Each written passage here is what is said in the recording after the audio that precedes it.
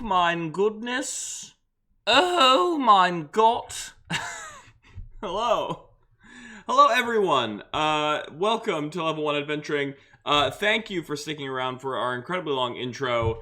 If you are still here, I was completely and ultimately unprepared for this evening, for this night that I had planned myself to have. Hello, Ghost. Hello, Big C. I said hi to you in the chat earlier, but welcome now with my voice. Welcome. Hello. Yes, today, I'm wearing my unofficial L1A merch over here. Today, I was like, yeah, I need to do a stream. Last week, I was just not in the right headspace. I didn't do anything. So I was like, yeah, I got to do a stream tonight. And then I, went to like 2 Oscar parties last night, and stayed up way too late. And then I slept in today, and then I took a nap, and that nap turned into a sleep, and you know how it is. But here we are now, together, joined at last, and I'm going to turn down my headphones, because they are screaming this triumphant adventuring music at me. You can tell my brain isn't firing on all cylinders yet. I haven't done all of my usual setup shenanigans. There we go. That's much better. So I will have to edit out a lot of this in post. But hey, this is showbiz, baby. It goes on. But hello, yes, and welcome to Level 1 Adventuring. I am your host and Dungeon Master, Wolfe Scott.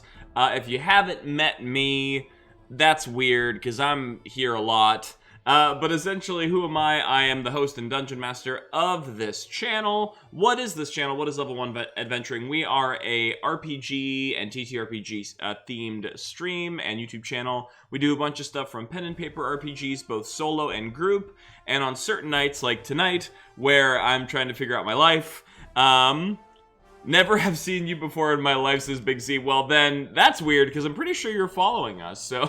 but thank you. But I know you're lying. You failed your deception check. But we do a bunch of RPG stuff. And we like to share that with the gang, with the world. And so on tonight's like tonight, where I am very sleepy, and I am wholly unprepared for my life, I like to do something a little less intensive, right? Something that's a little easier for us to all strap in and enjoy. Ghost says, I don't recall your face nor your name. Wow, so many new participants in the stream today, who for some reason I all recognize. Wait, am I being Truman Showed right now?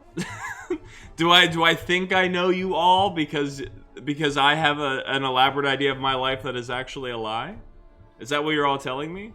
Please don't feed any possible conspiracy theories about my life that I don't already have bubbling up in my head. But I thought today it would be a nice, easy, fun time to play some Solasta, Crown of the Magister. Big Z said noted. It's fine. No, it's alright. Lead me into a sense of complex delusion. It's for the plot. If anything, we're doing it for the plot. But you recognize the name Vex because you've been bamboozled with names. It is true. There has been a lot of name switcheroos, a lot of name ups, name downs, name all arounds. But it doesn't mean I don't love you any less, babies. Sometimes you just gotta remind me. If you keep changing your names, there's a lot of names. Babies. You don't want to be my babies? Okay, you can be my bubs. you can be my best friends. Whatever you want to be. Just you can be it. I ain't gonna call you daddy, that's for sure. Listen, I'm not Pedro Pascal. I can't be America's daddy. As much as I might want to, that's Pedro's job. That's not my job. Alright, so where were we last time we were playing this game? Okay, so, gosh, it's been a while. Alright, so last time I remember, the adventurers had stumbled across this lady. What's her name again? She has... her portrait is apparently just a pink square. Okay, Kythalia. Big Z says, Daddy, I look away for a minute. Yep. I mean, hey, that's what happens here at the Level 1 stream. Things move quickly. We found this lady named Kythalia. She seems to be an ancient elf who was, like, locked in this tower that we had to like break free with some magical shenanigans. And so she wakes up and it turns out that she's super old and like has no idea what's going on with the current world and is also like high key very racist and is just like, who are you people? Aren't you all supposed to be serving me? I'm a powerful elf. And we're like, lady, get with the times. But she apparently has some sort of magical song in her head, which is leading her across the land. Amazing conversation to come back to, says Ecstasy. Yeah, I mean, that's what's happening here with us. But yeah, she apparently has some magical song in her head, which is leading her across the land. And apparently, these things are coinciding with our adventure, trying to find the different pieces of the crown. So there are some strange coincidences,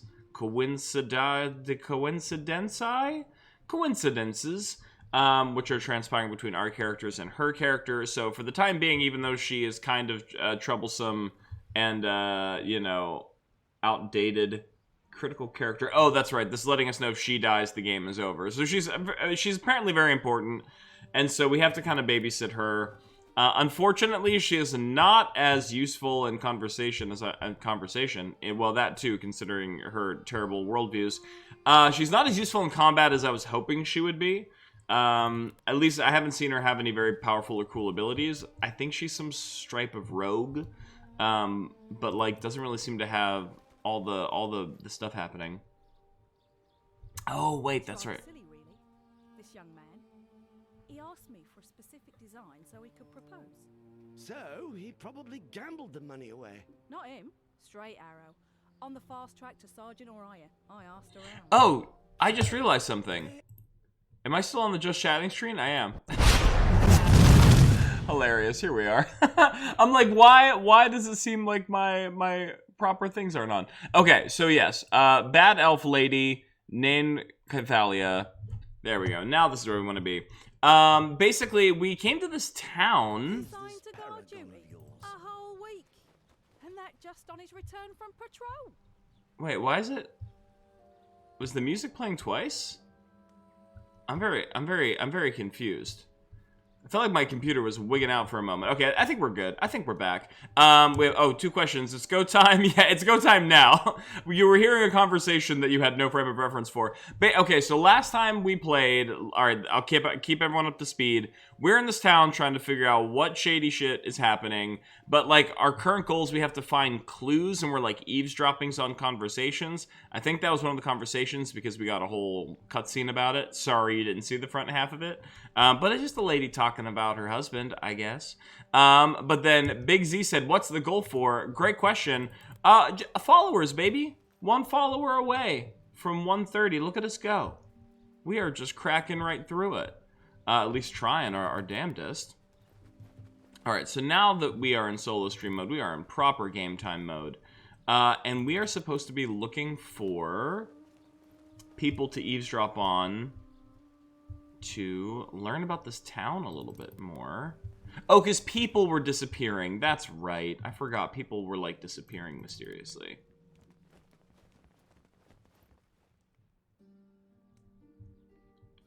Sergeant, when can I see my Eric? He is due some liberty. Lass, I already told you. He's assigned to guard duty. Oh, and this place is like Dwarf Central. And none of them have Scottish accents. And we were all very upset about that. Oh, I just saw that it was Toddy that said it's Go Time Fans. Hey, Toddy boy! If I randomly disappear, I've fallen asleep because unlike you, I have a schedule! Whoa! Ghost coming in hot on me. Listen, it's not that I don't know that I have a schedule. I just I'm very bad at time management. And I'm trying my best. Oh man, that was savage, Ghost. I should give you bonus points for the sick burn. Toddy said, did commentary on a wrestling match in New York on Saturday night at the place you saw wrestling? Wait, you did commentary, but you weren't in town, right? Because if you were in town, you should have let me know. But dude, that's so sick. If you upload it, let me see that. Let me watch that. Oh, only for the gig. Okay, fair. The brewer wants to know when to bring the next delivery of ale. He doesn't want it to go stale. He has his reputation to consider. I was hoping he was gonna make it rhyme. Stonefist had let his thirsty patrol out on leave as usual. But now, we've only got the regulars and the ale's not moving too fast. Take him 2 empty barrels and get 2 new. It's the best we can do right now. Okay. So, I'm... Oh, wait, can I buy stuff from her? Does she have cool stuff? So what I'm picking up so far from these plot threads, which admittedly are a little loose because I'm also half asleep and paying attention to chat. Welcome to the... Oh, we don't need a room. Goodbye. We should go.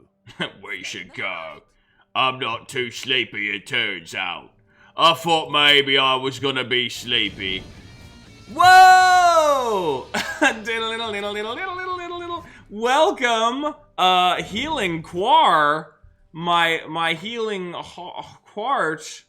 I appreciate you. I think you're new to the stream. Thank you so much for joining us and joining the gang. If you are, or if you're just like a long-time lurker, first-time poster, we are happy to help you. You just help us achieve our goal, which hopefully exploded across the screen with a metal raucous, because that's kind of what I've designed it to do. But thank you, healing. That's incredible. You're the best. I give you my kingdom for the Quar, the healing Quar. As I try to open these doors, they don't want to open. Quar, can you also make doors open in the way that you can make metal solos manifest in my life from following the stream? Because that would be ideal. Okay, so what I've learned here is that there's nothing... I can't get into these doors. There's not a thing I can do. As much as I may want to.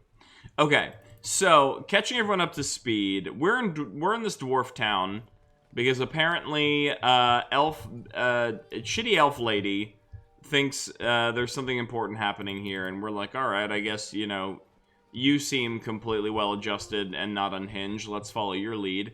We're in Dwarf Town, and that's right. A lot of the guard patrols have, like, mysteriously gone missing. And the ones that have been sent to guard something, I can't remember what that something is yet, though. They've been down there for, like, way longer than they normally should be. Oh, this is just another... Oh, wait, no. Did we tell them? Snark sent us to talk to you. Anything unusual in the last days? Oh, wait, this is new. Never mind. Baron came back with a bunch of prisoners. Highwaymen, apparently. I'm wondering why they didn't hang them. Goal reached. Absolutely, Big Z. Would that be the normal practice? With Healing Quar. Thank you, Healing Quar. Many prisoners to make them talk, if you ask me. Find the 5th clue. Oh, that's the 5th clue. Okay, we should go. Okay. We should go. So, yeah, and then a bunch of guard people were not, like, sent out on their normal patrols, which was, like, super atypical. And now I guess we're learning that they'd brought back some highwaymen, and they were, I guess, supposed to hang them, but, like, they didn't. And no one has seen the bandits since they were captured. Okay, maybe this is me reading into the story, maybe, and we'll confirm my suspicions, I guess, as we play. Kind of sounds like maybe they're capturing a bunch of bandits and, like, feeding them to something, right? That the guards have to, like, keep watching, and that's why they're not making their regular rounds, right? So maybe they're trying to pacify something. Oh, I didn't realize that was a... The Senard's hopping mad. Why's that? The whole week he's been waiting, and still no meeting with the Baron. Well, that's weird. Usually they meet every day at least. Like an old couple, the two of them. Whoa! An anonymous subscription, thank you so much! Yo, I've been gone for like a week and now I'm here and everyone is just like dropping follows and subs. Y'all are the best. I'm gonna take a moment to just I don't know what this exactly is. Just send my thanks, my energy, my graciousness, my appreciation, my sleepy appreciation. I send it to you. I send you my love. Yeah, thank you. Gosh, this is why we do it. This is why we do it. gang, folks. For the people. For the support of the people. Yeah, it sounds like maybe the guards are capturing these bandits and like feeding them to people or something shady. To like keep like the whatever's at their bay. All right, so we found all the clues. That's my running theory right now. I don't know if it's correct, but it's my running theory. And now we have to find the sergeant. Sergeant Nikkinen? Sergeant. Oh, wait, wasn't he at the front door? Is this the same quest? I should probably check my quest journal before I do something foolish. Origins of the Crown. Study the Crown. Oh, no, we have to go back. That's a side quest thing. No, this is the same one. Yeah. Find the fourth clue. So we got to find the sergeant. Okay, so I'm going to go back to the front of the town real quick. Also, speaking of Solasta, for anyone who's been following this playthrough, I don't know if y'all like maybe keep up with it on Steam as well, but they just announced they're releasing another new bit of DLC for this game. And they already have one bit of DLC, which we haven't even touched yet because, you know, we're still actually in the main story bit. So it looks like we'll be able to play Solasta for a while, which is pretty cool. And I'm glad for, because, you know, it seems to be a game that I'm good at talking.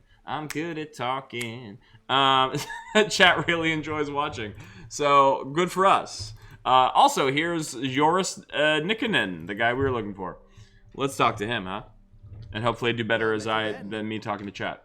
So, you've had a chance to walk around the city and hear what people are saying. So, what do you think? These highwaymen are the soldiers. Let's talk about the highwaymen first. The story with the highwaymen is also weird. Why keep them prisoner? Normally, the penalty is clear and swift. On the frontier, you don't feed idle people, particularly not scum like highwaymen. At best, you put them to work. At worst, they become fertilizer. Oh my god. That's like not an answer that I would expect Fasima to give. Like, Fasima's personality is supposed to be like very benevolent and like helping people. It's like, if you find people who are doing bad things, why reform them? Simply force them into servitude or kill them. Like, what? Like, what? That is not the answer I expected out of you, Fasima. All right, let's give Kolrig a chance to talk. Wrong. Soldiers back from a patrol, denied leave, posted to guard duty instead of visiting the tavern. There are two things I didn't mention in our last conversation. Oh, of course, there's always something. About Roald and the Baron. Ecstasy says, the tiny cutscenes in this game vaguely remind me of Dragon Age 2. Yeah, it's like, well, obviously this is even like a little, what's the word? Not as high budget as Dragon Age 2 was. Dragon Age 2 had, I'd say, you know, a far more substantial budget. But yeah, there is like something about the framing, absolutely, and how like everybody kind of gets their turn, you know? I don't want to say that it doesn't feel, organic, the conversations, but yeah, it's definitely a little less cinematic than more recent iterations. Rold or the Baron? I can't remember who Rold is. Is Rold the dwarf that we spoke to? I don't think we've met the Baron yet. Let's talk about the Baron first, then. What about the Baron? I've known him for 20 years. I was a founding member of the company. The Stonefist company, that's right, they're mercenaries. I am Officer of the Day, posted here. Hey, Dragoon! How has Korug been lately? Well, Korug got another, a gem in his crown, which is pretty good. He did have to fight his way through an entire castle of dead people to do it, but he got it.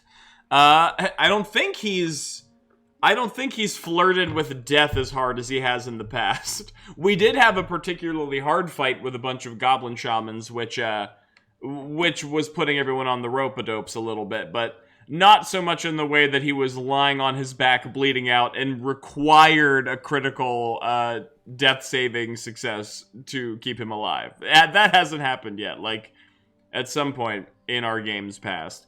But yeah, otherwise, he's been doing great. I have this huge bottle of water. I'm gonna take a big sip because I'm thirsty.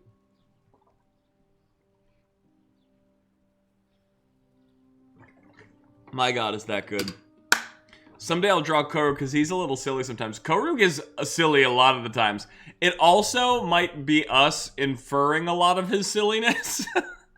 Like, when you actually look at Korug, not a lot of silly on that boy. That is just a big, murderous, beefy boy. But we have assumed a lot of his silliness, and I actually like that a bit more. Although he has had some straight-up funny lines. He's just so blunt. Sometimes he just speaks out of turn in a way which tickles a particular part of my brain. Oh, that's good. I've been busy with Final Fantasy and MMOs. Yeah, well, hey, I mean, you gotta grind. You know, this is hustle grind culture, baby. You need to, just like we have to grind out there into our passive income streams. You need to grind to get your XP. I don't know. That's what I'm gonna be. I'm gonna be a motivational YouTuber about grind culture. That's gonna be my hard pivot this year. It's my goal for 2023. What about Roald? When you told me of Roald's death and returned his presence, Oh, not out of grief. that's right. Not a week before, Roald had come back from patrol. You mean one of them is not who he seems? Ah, okay. The Synod mentioned your mission. He and I go back a long. So they have to be See the Baron and tell him your heirloom story. Okay. I know what his normal reaction would be. So come back and we can compare notes. And if I were you, I wouldn't mention Roald Interesting. or anything else. Clear So skies to you. so what they Whoa! Doré bleu! Doré bleu! Sacré bleu! Doré bleu! Oh my god. Wow! 2 more follows in the bank. Thank you. I'm assuming first time in stream with us. I mean, unless you change your name, I don't remember you. But thank you so much, Doré bleu. I'm gonna pronounce it like that. Hopefully it doesn't piss you off. Thank you for making the metal gods shred above our heads for that follow. I appreciate you. Thank you so much. Welcome to the stream. Welcome to Level 1 Adventuring. I'm so happy to have you. This is a great night so far. Man, I was sleepy before, but I'm waking up now, cracking into wakefulness now. Okay, so interesting bit of new lore just dropped. The metal gods are very metal. The metal gods, they are good today. They're plentiful. It's a long way to the top if you want to rock and roll, you know, as so they say. I'm gonna quick save right here. Okay, so basically what they just informed us is Roald was, that's right. So, okay, Roald was a guy we met on the road at the caravan who led us to this place. When we met him, it triggered a fight with a bunch of bandits, right? Which we now know some bandits have been captured and brought back here and they've not been seen. However, we also have this new plot thread where the Roald, the one who sent us here, brain power turning back on, had already died before we had met him. Had died before we'd met him in town. Which means someone is wearing Roald's skin and telling people to come here, right? And we know that the Soraks are shapeshifters. At least we've heard stories that they're shapeshifters. I don't know if we've seen that live yet happen in the story. So perhaps Roald has led us here astray and hopes to myrtleize us properly. And there could be more people in on it, which is I think what we're doing here is trying to shake down the Synard and figure that out. There's never a wrong time to rock. Hell yes. Let's talk to the Synard then. Are you not gonna let me? Oh no, not to the Synard, to the Baron. To the Baron. I forgot. There's 2. There's also like this weird thing going on in town where there seems to be like 2 people who are running the show. There's a Synard and there's a Baron. I don't know if I've heard of the term Baron before. That's a pretty common medieval trope title, but Synard is new. I don't know if that's specific to this world or this game. Oh, this door's open. This was closed before. So now we can go talk to the Baron. So let's go talk to the Baron. The Baron's waiting for me. Well, thanks, guy. What's over here? They let me in to see the Baron. I'm like, let's try and open every other possible door that's not the Baron. Can it open? No, cannot be opened. I'm just that kind of player. I'm like, oh, is this the critical path? Well, there's got to be a secondary path that I can explore first. Maybe there's something cool behind it. Okay, no. Looks like there's only one door, and it is currently locked. Probably because they want me to talk to the Baron, which is fair. That is how the story progresses. I understand. I've played a game. I know how that works. Okay. Oh, we've got a new waypoint marker. My rogue does that in my campaign. His max HP is currently... Wait, max HP is currently 3? Max, not... So no more doors. Like, max is in, like... That is... My brain. Like, a magical effect has reduced their maximum HP to 3 because of the shenanigans they've gotten into, or that's just what they've rolled and that's what it is. And it hasn't changed yet. Yep, I'm about to say, that makes sense. That actually happened to us. We were fighting a wraith, and I had not realized they were attacking Korug, and everyone kept critical hitting Korug, including the wraith, and I had not realized at the time that the critical hits were also life drain. And so then at one point, I'm like, oh, okay, it's Korug's turn. How much health does he have? And Korug's a barbarian. Like, you can see 75 max HP normally, and then I look and it's like 6 or something. I'm like, oh god, this is bad. Luckily we got around it. But yeah, dude, like, life drain is brutal. And it sounds like your rogue knows that firsthand and is learning absolutely nothing from the consequences of their actions, which, as far as rogues playing D&D goes, makes absolute sense. I've never once met a rogue who will not continue making the terrible choice, even after learning it's the terrible choice, because the terrible choices are usually more interesting. Alright, so here we are. We are about to talk to the Baron. Baron Gromnir Stonefist. That's a kick-ass dwarf name. Greetings, adventurers. Sergeant Nickenen says you want to see me on some urgent matter? Yeah, we're trying to figure out if you're sus as hell, bro. Concerns our traveling companion, Lady Kitaela. Oh, that's right. Everybody keeps pronouncing her name differently. Before the cataclysm, this valley was in the care of my family. Alas, only a few of us managed to survive, and none at all in the valley. And the rest of us got trapped in a magical tower and are low-key kind of racist. My father passed away recently. Upon his deathbed, he mentioned some family heirlooms. Recently? Girl, aren't you, like, ancient? Are you lying right now? With your leave, my lord, I would like to search for this hidden room and retrieve my family's belongings. Out of the question. This is my castle, and all in it belongs to me. Now begone, and be glad that, as a guest, you are protected by our customs. Otherwise, your impudence would land you in the dungeon. Oh, this dude's... okay. I mean, not that I absolutely love Lady Cathal... But he's a dwarf, after all. There it is. There's our shitty take on a person's origin, their ancestry, that I was waiting for that character. My dude is traumatized of doors, good RP. Yes. Oh, he's right outside here. Okay. Ah, you're back. How did the audience go? Not super hot, my guy. Well, he didn't imprison us, just threw us out. Just threw you out? That's not like him at all. He would have definitely tried to kill you. No, just pragmatic and smart. Oh, pragmatic and wow. I promise y'all, normally my words are better.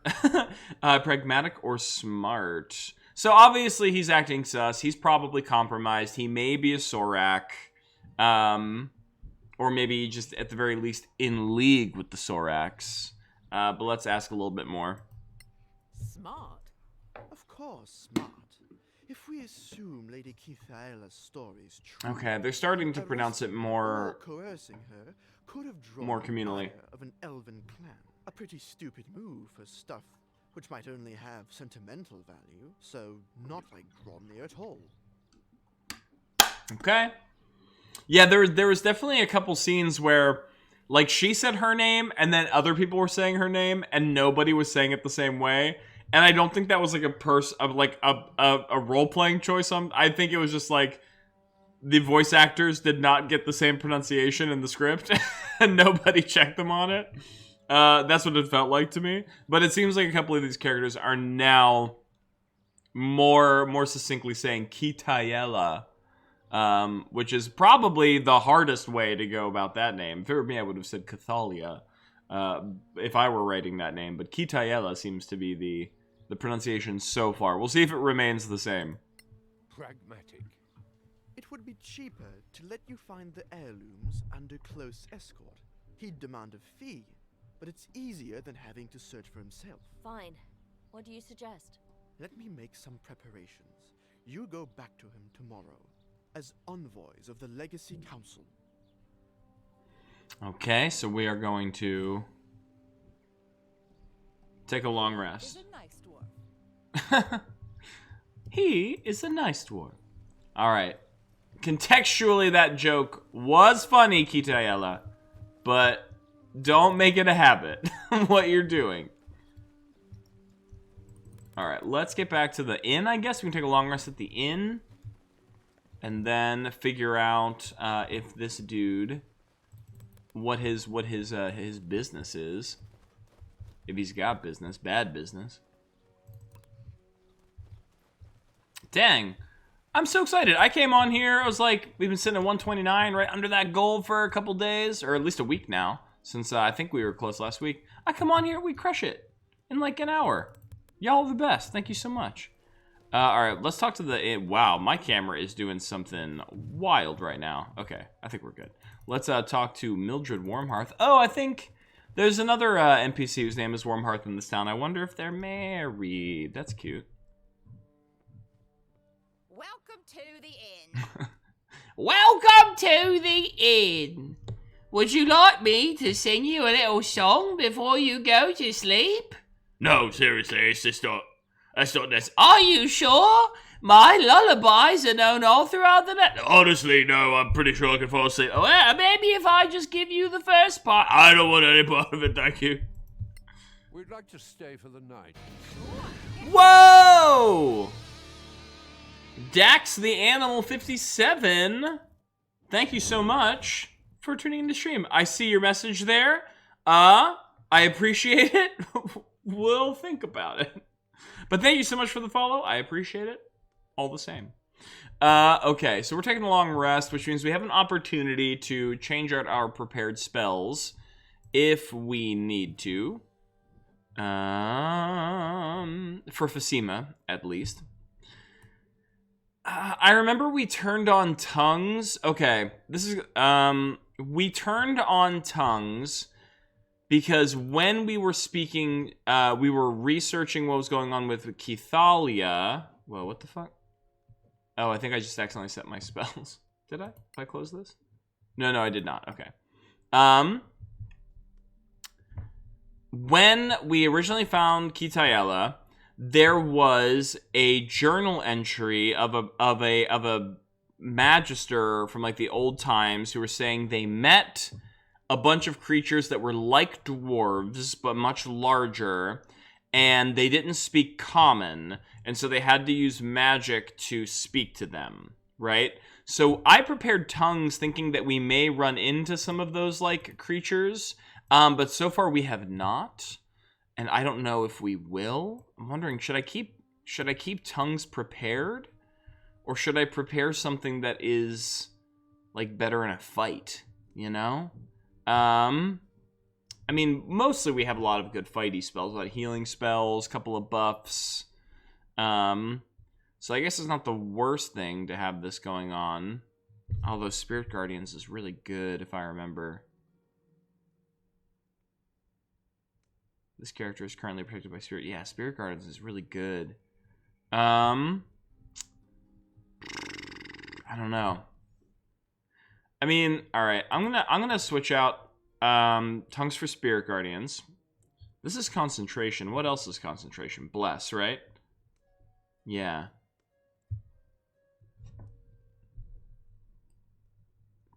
Speed is halved, can sustain damage at the start of each turn. I think I'm gonna do that. I haven't seen a moment where we'd need tongues yet. Hey, 20th OD! Welcome back to chat, 20th. Happy to have you, happy to see you. You're rolling in here off of three new follows? Life is good. Alright, we're gonna close out our spells for now. I think we're gonna stick with those. And let's look at Phasima. And let's take a look at... We might want to cast Aid to start the day. Oh, well, never mind. I guess I still have tongues prepared. I guess I did not click the button hard enough that I wanted to click. So never mind. We don't... I answered my own question. We don't have Spirit Guardians prepared. But I can upcast Aid right now, which is worth it, I feel like. Let's cast it on Phasima, Korug, and Gwyn. Oh, also, I remember last time we played, we were trying to use Fly, and, like, it was increasing our speed, but it wasn't actually letting us get off the ground. Like, we were just sort of, like, hovering on the ground, and I was like, is this broken? I looked online. Apparently, there is a way to use Fly that actually lets you fly, but you have to do something weird with the keyboard. I'm probably going to have to look it back up again, because I haven't played in a week. But, if that happens, if we get into a fight, and it's a fight that I feel as though I'm probably going to need Fly for, someone yell at me in chat if I don't remind myself, and I will figure out how to properly fly. Okay. Baron town. Baron's over here. I'm gonna save. Yeah, going to the Baron's castle at night whenever he was acting super suspicious the day before, I mean, that kind of seems like it's gonna be some kind of fight, you know? That seems like a situation that is going to garner... Yeah, look, oh, look at this. Look at this. Dwarves all up in the front.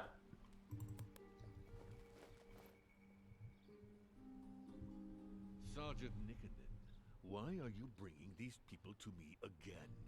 My lord, they showed me credentials that I thought you should see. Credentials? What do credentials have to do with Lady Kitaea's claims? Kitaea? This time the L is an a Y.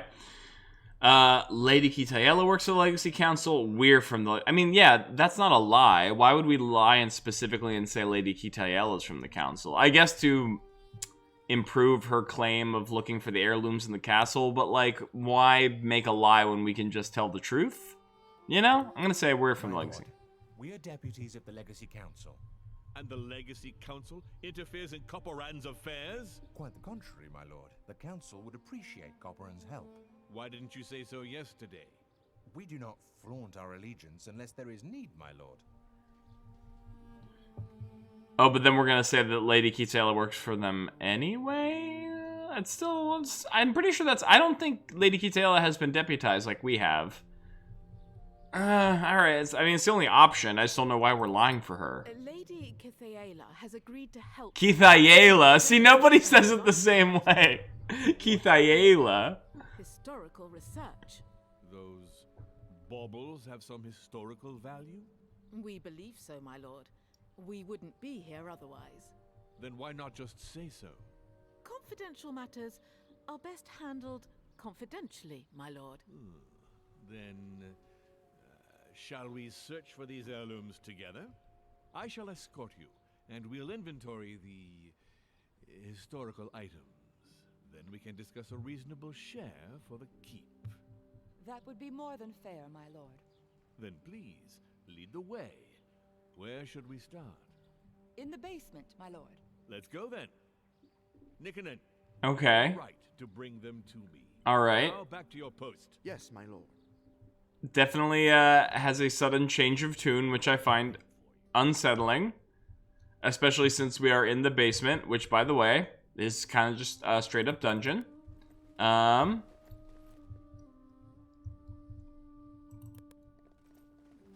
What's in here? Anything? This looks like the tutorial dungeon that started the game. I wonder if they reused the asset. It looks very similar.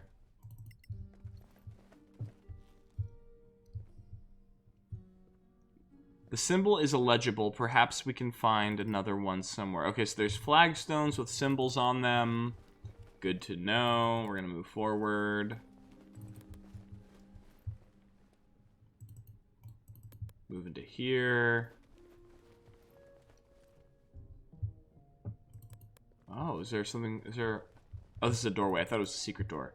But there's a chest. And can I read these books? No. I'm going to go for the chest.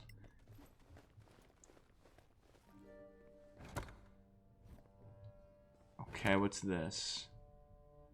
Dusty old book. This looks like a list of guidelines for the fortress's personnel. It's clearly from the Manicolin era. Okay, I feel like we should maybe look at these. I feel like they're probably going to be relevant to this scenario, right? Where's our books? Oh my god, I forgot that Koru just has so many things. That's the... Oh no, that's a different journal. Adventurous journal. Oh, we have to go back to town and drop off these items sometime. Dusty old book. Nothing in there. Read. Okay. The early days of Copperan. Excerpts from the Veil of Remembrance to the Veil of Dreams. From Crom Steelspine, Cyanid of the Mines. 20 says, yeah, the assets are reused a lot. A while ago, I was messing with the Dungeon Maker, and there's not a lot of available assets for that. Okay, good to know. I was like, yeah, these tiles look very similar. But I guess that makes sense. Like, you know, once again, small team that made this game. And 20th, I don't know if you saw, I mentioned it earlier, they just announced new DLC for this game. I think it's going to be called the Palace of Ice, or something along those lines. So... I assume there's going to be some new assets when that drops. I don't know the date, but yeah, I'm pretty sure it's a new set of content called the Palace of Ice. We'd heard rumors, and then most of the elven troops garrisoned in our valley left through the gates to meet a dire threat. Yet with enough left behind to ensure the imperial law still reigns supreme. Oh, great! Kitayella would probably love this. Elvish imperial law. This is like fanfic for her.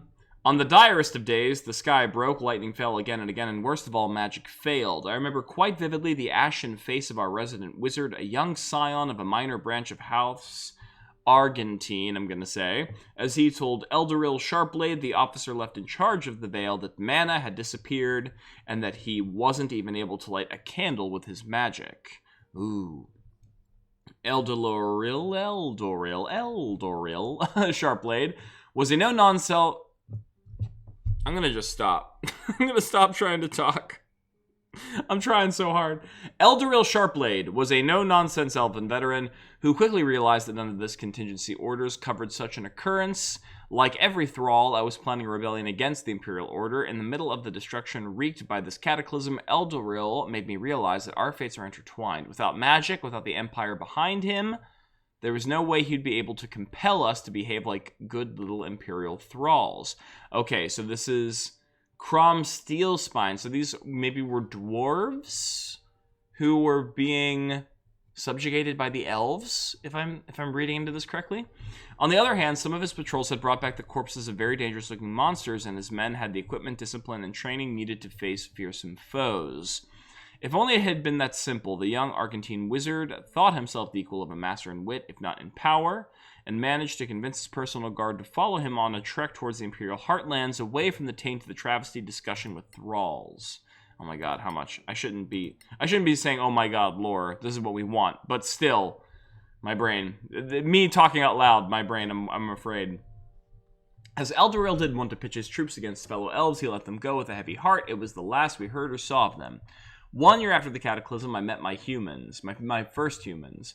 Eldoril was able to tell me they were not, as I had thought, enemies, but rather refugees turned allies of the Empire, and what sorry men they were, some elderly, children, women, and not many fighting men amongst them, and they were following an old man, Egil Karst.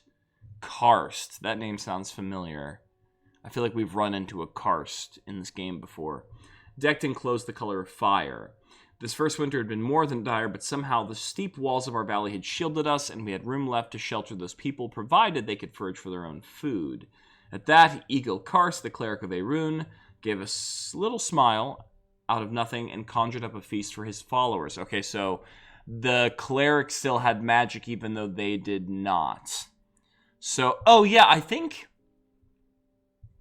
there was something along the lines in a previous journal entry somewhere where there was a discrepancy between the arcane magic and the clerical magic in this world, like the holy magic and the arcane magic was different. So maybe this is reinforcing that the arcane magic was failing while the holy magic was holding strong.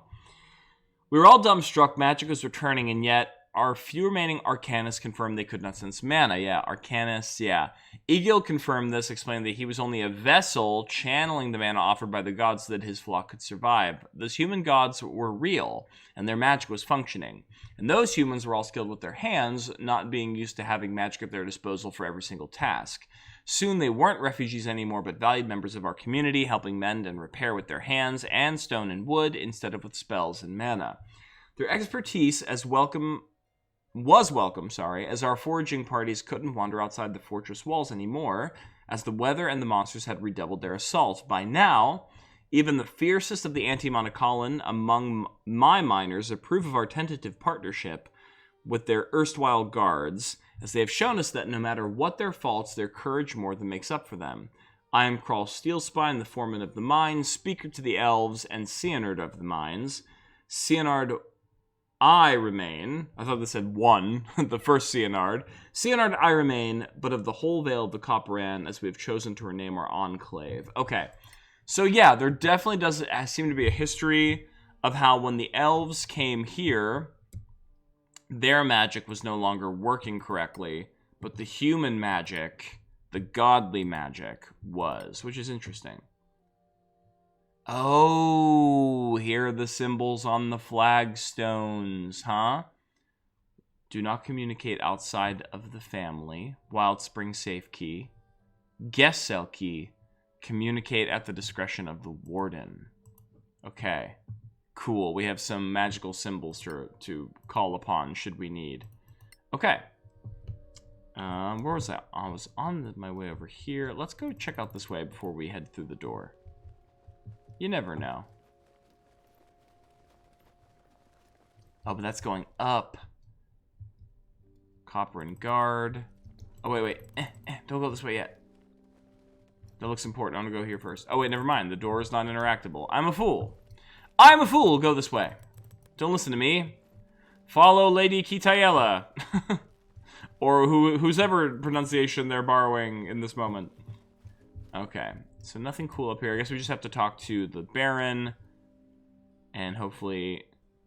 I don't like these stances. They look very aggressive. You gonna try and fight me, my guy? Here. This is the place. And so near the dungeons. How subtle and fitting. Yeah, of course. Lady Kateya, before we inventory your heirlooms, there is something I wish to show you. It's the inside of a cell. Interesting, hopefully. Oh yeah, it's the real Baron. The Baron? Yep. Now we shall all have a nice long chat together. And you will give me that crown. They are Sorax the whole time.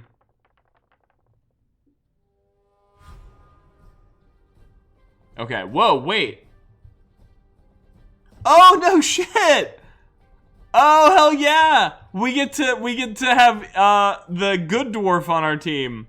Yoris. Dude, hell yeah! Dude, Yoris Nikkanen. Sick. Alright, he's cool. He's our guy. Oh, he's a fighter. He's got action surge. Okay, good to know. But it looks like you just have an axe and a shield, maybe? You don't have any other secondary weapon? Okay, so we kind of have to rely on your melee then. Right? It looks like it. 2 of these. Battle axe I feel like I can throw, no? What if I try? No.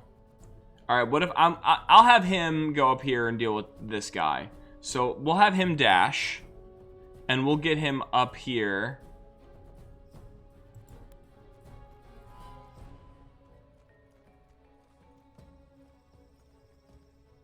There we go. And we'll have him end turn. What's his other power? Second wind, yeah. We don't want him to waste that yet. But we'll put him there to worry about the guy on the balcony. We'll end turn. And then a bunch of guards are going to go. Oh, no! We haven't had a chance to put any of our buffs on or anything. Oh, and there's another guy over there. He took a critical right off the bat. Who was that? Fasima, okay. Oh, man, this sucks. All right, we're going to have to... Okay, Korug, we know what's going to happen. We're going to rage. All right, Korug's raging. Let's put him right in the middle of everybody. And let's just probably swing down... Yeah, Solrak Infiltrator. He's the Solrak. So maybe the other dwarves, they're not Soraks per se. I mean, their eyes are glowing blue, so maybe they've been mind-controlled. So maybe not all of the dwarves are implicated in this, but probably a good deal of them. Let's Reckless Attack, and let's attack the Baron. Before the Baron has a chance to do any cool Sorak powers. Nice. Alright, end turn. Gwyn is like not where she wants to be. She wants to be far away with her bow. But we do have swords. Oh, but we also have long-range enemies to worry about here. Maybe do we risk an opportunity attack so we can put some damage up on the high guards? Or maybe we just focus these guys down. If I move here, I don't provoke any opportunity attacks. Let's move here. Let's switch to our double swords. Let's cast a spell. Oh, sorry, not a full spell. We want a bonus action spell. Because we want to cast Hunter's Mark. Let's drop Hunter's Mark on the Baron. Because that's where most of our damage is going to go. And then let's give him a swing. Oh. Come on, Gwyn. Points on the board. There we go. Points on the board. End turn. Oh, dang, I forgot Lady Kitayella. Okay. So Lady Kitayella, oh, she's going to provoke an opportunity attack if she goes this way. She kind of provokes an opportunity attack no matter what. Okay, let's move her over here. Because she can't die or else we lose the game. So let's move her over here. And then I think... Whoa! Ailing! Ailing! So happy to have you here now. Well, you're just in time because we are being ambushed in the basement. Which is normally where one, receives ambushes. Thank you so much for re-upping your sub. I'm so happy to have you. Let's attack with this dagger. Yeah, let's just throw a dagger. Right? Stay out of harm's way. Alright, that's points.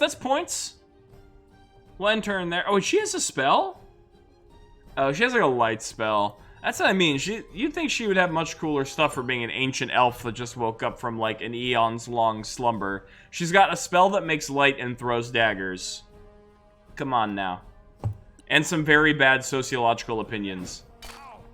But Ailing, so happy to have you. Glad that you're here. We got 20th in chat. We got a bunch of familiar faces tonight. I'm happy. I'm happy that we're all here. Oh, and then I accidentally turned off my music. It's okay. I'll turn it back on in a second. Let's move Fasima here. Let's bum. What do I want to do? Do I want to cast a spell? I don't think anyone's health is really that low right now, so I'm not really worried about casting spells. Maybe what you call it, spiritual weapon. That's usually a good one just to have floating around. And we'll cast it here behind the Baron. We'll give him the holy bonk. The most divine bonk from on high. There it is. That's the sound we want to hear. The bonk of the gods. And then we'll give him a... should we try and stab? No, actually. I think what we... Oh, I can't switch. Ah, darn it. I should have tried to cast Holy Light? Sacred Light, Sacred Flame on him. Because he probably has low dex. Because he's wearing heavy armor. But now I'm attacking him, and I'm probably going to whiff it with my spear. That's alright, I learn. Oh no, I still hit. I got 22 to hit, though, so... Alright. Baron, how you feeling, buddy? You can't be feeling too good. Actually, I might be able to kill the Baron. What if I cast a spell? What if I Scorching Ray? Let's throw 1 into the Baron. We don't know exactly how much health he has. Like, I don't know numerically, huh? I guess that'd be like 2. Oh, no, I do know. He has 13 health. Okay. Let's do some math here. If he has 13 health before he dies, a single beam does 2d6 of damage. So on average, that is 6 damage. So there's a good chance I can kill him if 2 hit for slightly higher than average damage, right? I'm like really using my brain to calculate. Oh, and it's a fire spell, which means because I'm a fire dragon bloodline, I add my charisma modifier to that, which is 3, I think, right now. So there's a pretty good chance I could kill him in 2 fire blasts if they both hit. So I'm going to send 2 at the Baron. And I will send this other one up here on the balcony. And see what happens. And they all miss. They all just gloriously miss. So all of that mental calculus was for absolutely nothing. Oh, we love to see it. We love to see it. Alright. Wow. Oh, absolutely take that opportunity to I am doing so good at using my words tonight. Super sick at talking. Yoris should use that opportunity attack. Nice. Alright, points on the board, points on the board. Run away, you little baby man. Oh no! There was a secret Sorak here the entire time, which I now know is a thing. Yeah, let's go attack the Sorak, maybe. I feel like the Sorak is probably a bigger threat. Oh, there's another one down here. Oh, no. There were more Soraks than we thought. All right. So this next round, I'm going to use a bunch of buff spells, turns out. I'm going to have to buff up. All right. So let's move... Let's move the fighter here. Let's attack. Okay. Let's attack. Okay. I'm going to action surge. Attack. Nice. I still have some movement left, but I won't be able to get close enough to attack anybody, huh? Let's move over here. I don't have any other weapon. I don't have like a crossbow or something. Dang. That's rough. I guess I'll just end turn. Well, got 3 out of my 4 attacks in. Oh boy. Alright. He's just... Oh, and 1 just turned invisible. And is doing a power called Shadow Murder. Oh my gosh. I hated that. Are you still with us? How's Gwyn right now? Gwyn just took a critical hit?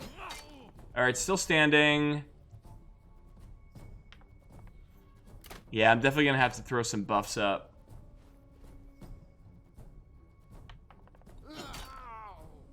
Alright, Korug's fine. Korug's got a bunch of health. That's kind of his thing. Alright, we're gonna reckless attack. Hopefully we can take down the Baron right now. Nice. Alright, now let's move. Let's move Korug up. Because we want him to attack the assassin, I think. The assassin's probably the biggest threat right now. throw some damage their way. Nice. End turn. Who else we got? Gwyn. Gwyn just lost Hunter's Mark, which is very annoying. Okay. I'm just gonna have her maybe just attack twice. What's her health at? 34. 34. If I provoked an opportunity attack, I'm just gonna go attack twice. She's missing. Come on. Missing twice. Yikes. Okay. I'm gonna have her cast a spell. Actually, I'll have her put on her bow, cast a spell. Oh, she doesn't have healing word. She just has cure wounds. It's a full action. Okay, end turn. All right, Kitayela. She's just gonna throw a dagger at the Sorak. Okay.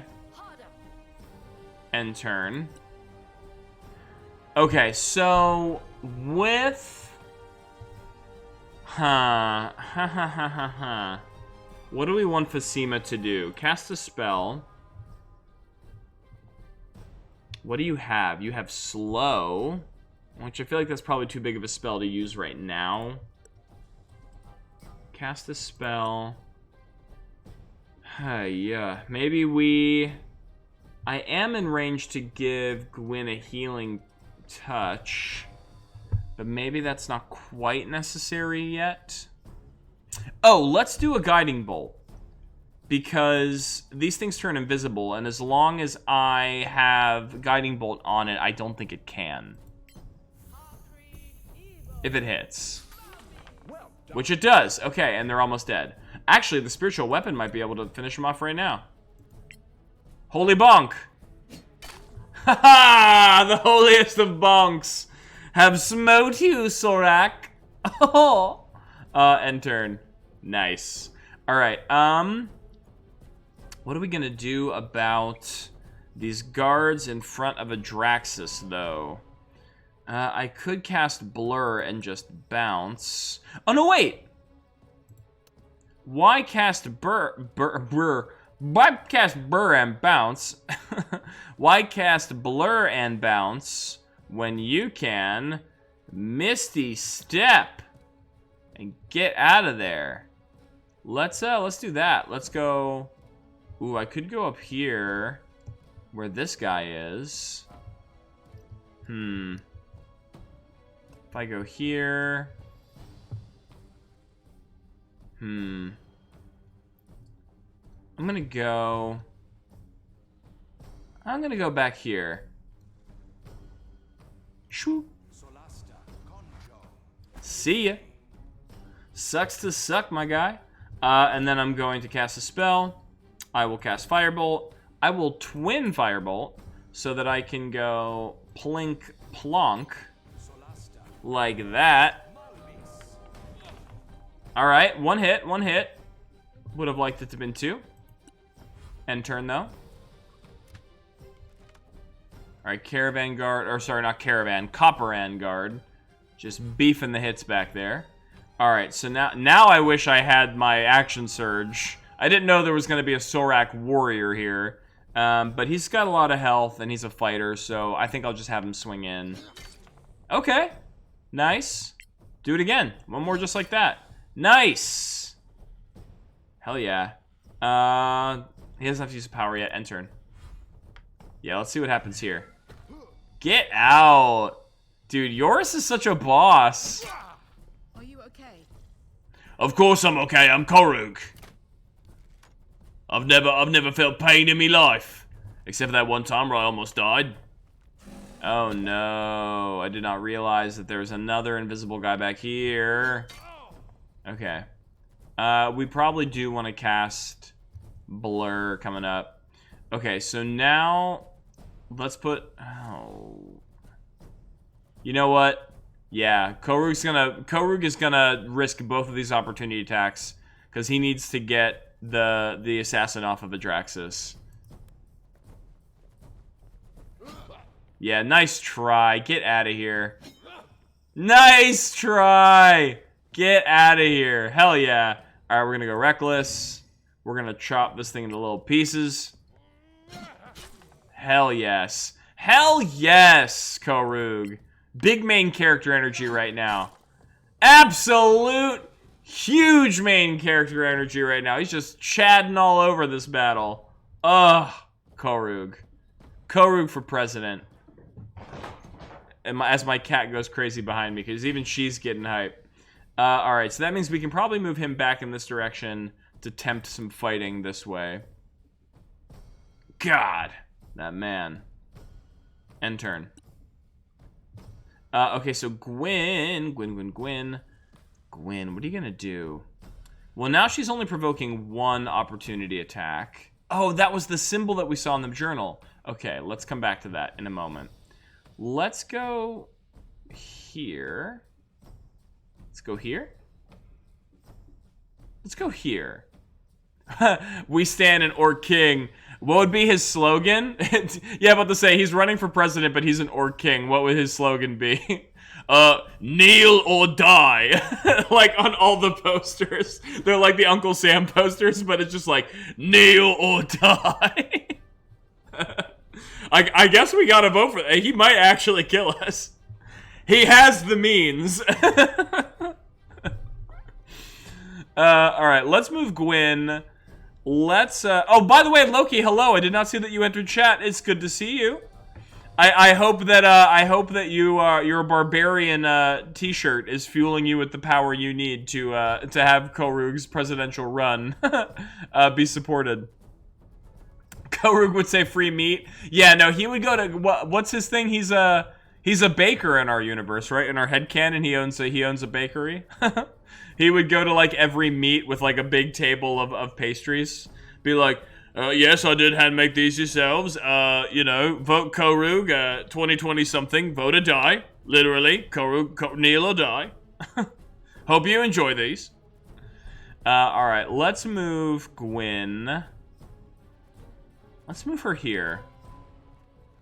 I don't know why she didn't provoke an opportunity attack there, but I'm not. Oh, because they already took ones against Korug. Perfect, actually. All right, so now we have to re-up Hunter's Mark because we got knocked out of the first Hunter's Mark, which sucks. Let's put it on the guy who's already injured because we have Colossus Slayer, which will increase our damage versus injured enemies to begin with. And then let's pump 2 arrows in and see what happens. There we go. Look at all those dice. Look at all those dice. Let's get another one. Oh, but a 2. Not enough dice. Not enough dice. End turn. Oh, great. Lady Kitayela. Can't wait to have her hide in the back and throw a dagger. Sick. And miss. God, she sucks. I'll have her maybe go back a little bit. And turn. Okay, let's give a grand holy bonk to this guy right here. Oh, yes! Ah, nice. And then let's have Fasima. I don't think they're going to have great decks, so I'm going to try and Sacred Flame this guy. I won't have a penalty for melee because it is a save roll, not a attack roll. Nice! You never stood a chance. Which means we get a Hunter's Mark back for Gwyn, which is great. And then let's move Fasima in the fighting zone of this one right here. And then I'm going to put the spear on in case they try and do an opportunity attack. And I'm going to end turn. A Draxus, who I'm no longer as afraid to move around, because no longer does he have immediate threats. Let's move him up. Cast a spell. We're getting towards the end of this fight. I don't want to use anything too good. I think I'm just going to Firebolt into this guy. Or should I Firebolt into... I think I have enough to do both. What are my sorcery points sitting at right now? 5? Yeah, why not? I'll put a twin spell on this guy. And I think I have enough range to put a twin spell on you. Yes, I do. But he does have half cover. Is it worth it? Is it worth it? Let me work it. Put my thing down, flip it, and reverse it.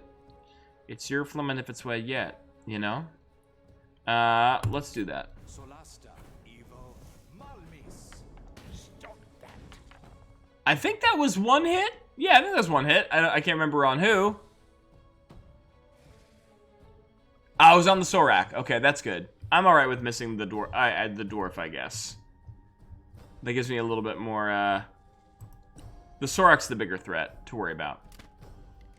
Okay, a big miss. This dwarf is just doing absolutely fuck all, which is fine by me. Alright, so then... Come on, Yoris. Come on, Yoris. Put him down, Yoris. For your Baron. For your king. Hell yeah! For the Baron. Alright, now let's move you up. Let's put... Oh, there's this Sorak too! Who's done nothing so far, which is very suspicious now that I think about it. I'm gonna move him here. Actually, can I? Oh, I can't shove. That's an action. I would love to shove him off of this thing. We'll see if I can do it next round. End turn. Yeah, now this guy's moving. And going straight for Gwyn. Great, we love that. And you're gonna fire on Gwyn, which is gonna beef. And you're still over here. Fasima's got mad high AC. Good luck. Okay. So, actually, let's move... Whoa, dude. Korug's got such good movement speed right now. Let's move Korug up here. Korug's like, put me at the next Sorak. I got a campaign coming up in a couple days. I gotta show 'em how many Soraks I killed. Get the vote of the people. Another one. Come on, put him down. Oh. You actually hit on that? That was a low roll. I'm very surprised. But hey, Gwyn's happy about it. Speaking of Gwyn, she just got Hunter's Mark back. So who is she going to mark?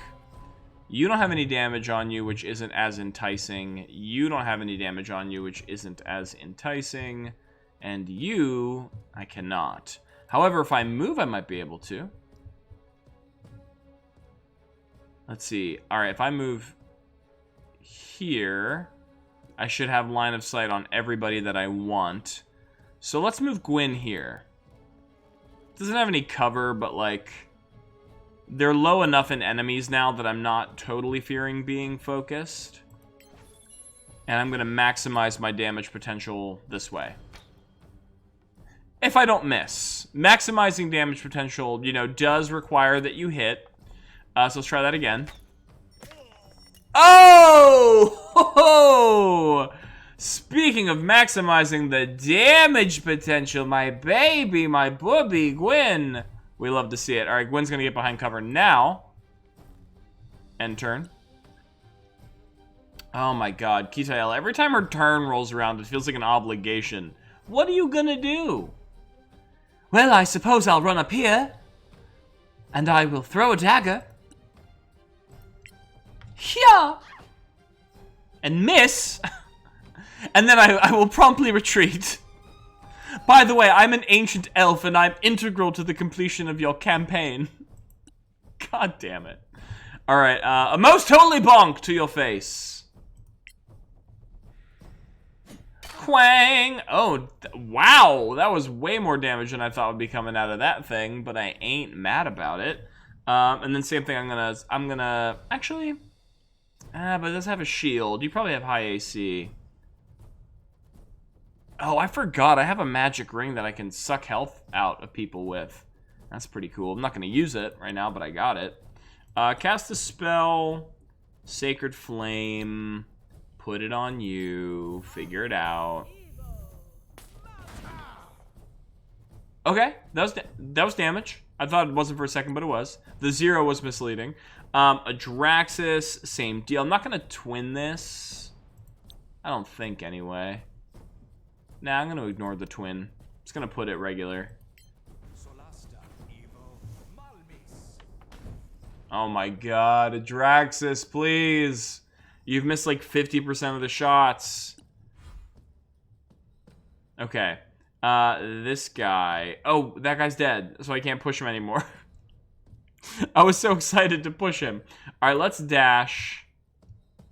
Because there's only 2 more enemies in the fight, I think. 1 low, 1 high. And you don't have a ranged attack. So yeah, let's just have you run as hard as you can back this way. Or, you know, take your time. No rush. There we go. Hoofing it. End turn. We got this guy. You're going to shoot. You're going to miss. I don't think... I mean, okay. For as many shots as Draxus has missed, that guy's missed as many, if not more. So I guess there's the silver lining there. Alright. This guy's about to be smote by Korug. Let's move him up. Let's give him the old reckless attack. Swing in. Big hit. That's what we like to see. No quarter given. And then we're going to move in this direction, maybe to get to the ladder, if nobody else can kill that dwarf before Korug does. End turn. And oh, I probably could have thrown a spear. I should have thought about that. Because I forgot that Korug has ranged attacks now. Alright, we're going to put Hunter's Mark on this guy. Can we get on top of here? We can, and he will be in range. I think this is ideal, because then I don't think he'll benefit from cover from us shooting up above the lip of the platform. I have 2 arrows left. I keep forgetting to regenerate arrows. That's alright. I have another quiver. Oh, critical miss, Gwyn. This is your last arrow this round. Come on now.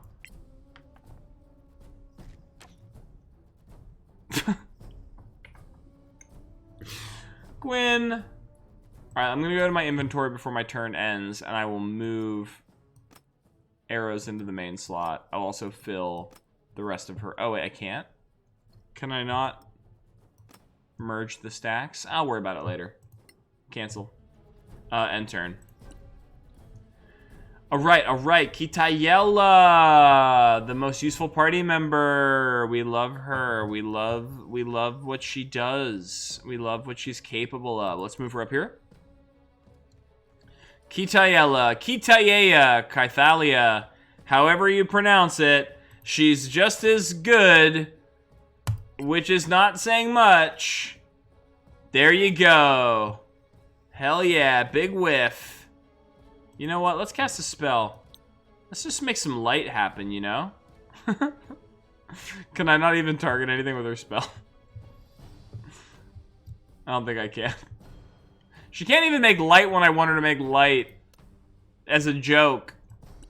Alright. A most holy bonk. It's not going to be able to reach there in time, I don't think. But it can get close. You can get closer. And I can also cast a spell. I should be able to Sacred Flame this guy, right? Yeah, hell yeah, I can. Hevo! Alright. It's not crazy damage, but enough. A Draxus. Oh, you can't climb up here in time. You can probably get into a spot where I can blast, though. Yeah, that'll work. Let's move you there. I'm gonna cast a spell. Firebolt. Put it on this guy. Or at least try. Nice. There we go.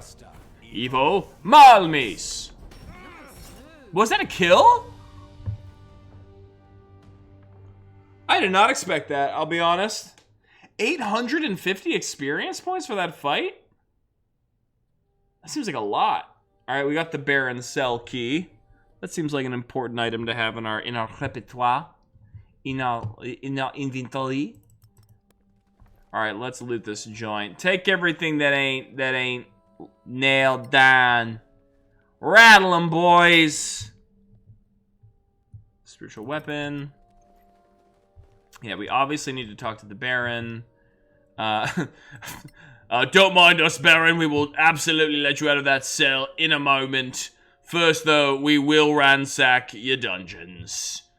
Think of it as a payment for services rendered. I know you've been a prisoner down here in your own castle for, like, an untold amount of time. We're gonna fix it, but first, I'll make sure there's nothing, like, really nice hiding around here, you know. It's just a standard adventurer's code. Let's move over here. Anything else that I'm missing that looks cool? I don't think so. Alright, so... Oh, there's a treasure chest in here, though. How does one get here? I wonder. Let's take a look. Is there like a Adraxis? Talk to me, babe. Oh, no, don't use a potion. What if I cast a spell? What if I cast Misty Step? Can I teleport in here? Oh, I can! Hell yeah! You can't hold me down. Laws of physics? Get out of here. Boom. Very cool. What did I find, though? Embroidered silk robe? Sounds cool. What's this? A superb scimitar. Ooh. It's got a +1 bonus. And what's this? A primed scimitar. Okay, that's for doing... What do you call it? Enchanting. Yeah, I mean, I'm gonna take all. Let's get over here. Oh no, do I have to teleport just to get back out? That's annoying. And I have to upcast it just to do it? Double annoying. That's fine. Wait, what's this spell? Counter spell, that's right. Okay. Well, hey. We got some cool treasure. In fact, I think that one scimitar would be perfect for Gwyn. So I'm going to put that in her inventory. Because she has 2 scimitars right now, yeah. But this is going to be a +1 bonus. Nice. Let's see it. Does it look any cooler than the other one? Oh, hell yeah, it does.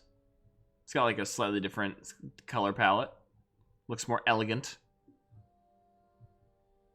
Does main hand, offhand matter? Does it matter? Do I know which one's in my main? Does it assume that all characters are right-handed? Because if so, then I think it's in her main hand. Okay. Also with Gwyn, I just said I should generate more arrows, so I will absolutely do that right now. Nice. Do we need to take a moment? Maybe we take a short rest. Just to get some health back. Take 1 hour to... Don't mind us, Baron. Actually, no, let's talk to the Baron first. Let's not camp directly outside of the Baron's door and just, like, shoot the shit while he's behind bars. That's bad form. Let's talk to him first. And see what happens here.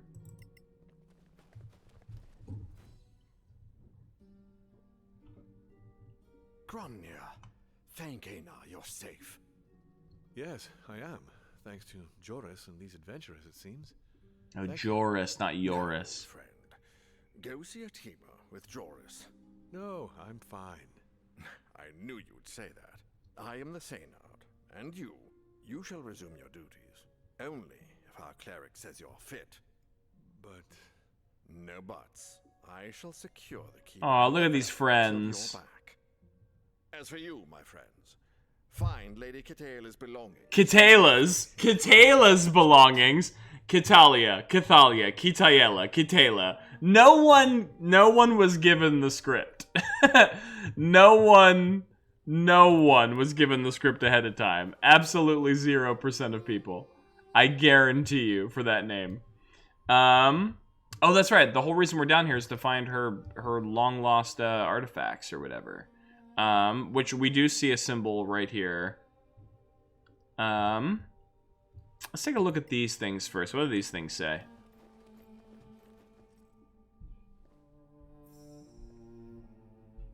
Oh, we have to make the symbol. Okay, so then what does this one do? Oh, but we learned 2 different symbols, right? This is not right. Turn that one off. What about this one? That almost looks right. It needs a bottom piece. I'm assuming this one. Yep. Oh, very cool. Very cool secret door.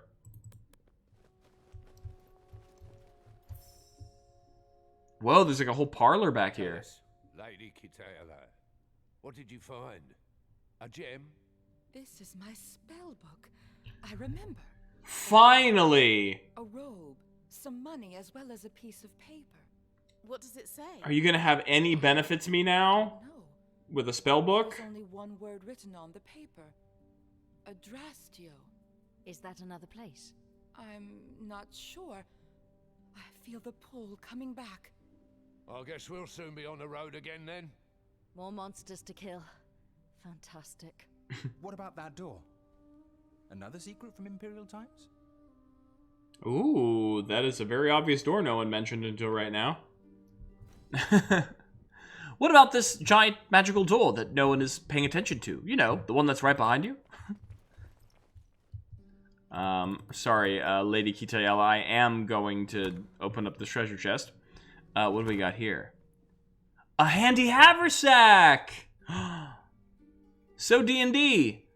A creation of Iroliman Apasiak. He ensured all of the green mages of Codimwarth on patrol had access to them. It is much more practical than it seems and increases your carrying capacity by a lot, which is exactly what we want because our carrying capacity has been but. What's this? A primed chain shirt. Chain shirt? Okay, kind of cool. Wish it was like a +1 or something, but primed is alright. And what is this? Ooh, a healing potion crafting manual. Okay, very cool. I mean, I'm going to take all. The handy haversack alone is very cool. Does this just like automatically affect our character? Do I have to do anything special to use it? Or does it just automatically make everyone's carrying capacity a little better? I'm not seeing it in Korug's inventory. Oh, no, I am. Oh, you actually wear it. You actually wear it like an item. Okay. What does this do? Oh, okay, so wait. So that's a standard backpack. Interesting. Okay. So that means actually other characters can wear backpacks to make their carrying capacities better, which is something I guess I didn't realize I was not doing. Although some people have back slots which are more important, like Gwen having her arrows, but her quiver, but okay, so that's cool. So why don't we give this backpack to maybe Fasima? Fasima already has a backpack. Okay, I was already doing that. Everybody has a backpack except for, okay, all right. Smart boy doing smart stuff. Don't worry about me. Pro gamer over here. Just doing those pro gamer strats. All right, so I guess everyone gets a free backpack slot, which Korug will now use for the handy haversack because it will be a lot better for him. And will be able to further abuse his great strength as he becomes our go-to forklift. All right, so we did that. Is there any other thing that we can look at in this room before we try to interact with that mysterious doorway? I have to spin the camera all the way around. Anything in here? Not that I see. Okay, let's try and... I'm going to quick save. Let's try and knock on this door and see what happens. Knock on the door. Yeah, it's a whole room back here, my guy. No one was going to look in here? A major gate. Captain Ironshell was right. This dusty old room. Yes, look at it. It's perfectly intact. It is locked, though. How do we unlock it? You need to use its name. It would normally be engraved nearby, but this was a private, secret gate. So we can't use it. I know its name. This was my family's. So? Once you get me to my master... Oh my god. I guess that's fair. Is it? And then we teleport to Caer Kiflin? That's fantastic. I'm not sure the Synod will want to wait. Then I'll give him the name. But you still need to stay with me. She's tough, but at least she doesn't sound crazy anymore. Watch your words, you... Oh! Never mind. About to say, don't speak cross with Korug. That's not something you can come back from. Is it fair? Really? We've kept you alive. We woke you up out of the magical prison. Like, I don't know. I am interested in seeing, though, if I back up. Let's go back to this, like, magical symbol here. Because this looks like the one that was on in our book that we found, right? Dusty old book. Read. Yeah, this looks like that symbol. Do not communicate outside of the family. And then communicate at the discretion of the warden. Is there a way that I can make this symbol with the pieces that are given to us? Let's try it. I don't remember, so let's turn off this one, because I think this one is the lower circle. Yeah, which is not a part of the other one. And what's this one? No, we need that part. So we don't need this part. And perhaps we just need to change this middle part. Right? Hell yeah!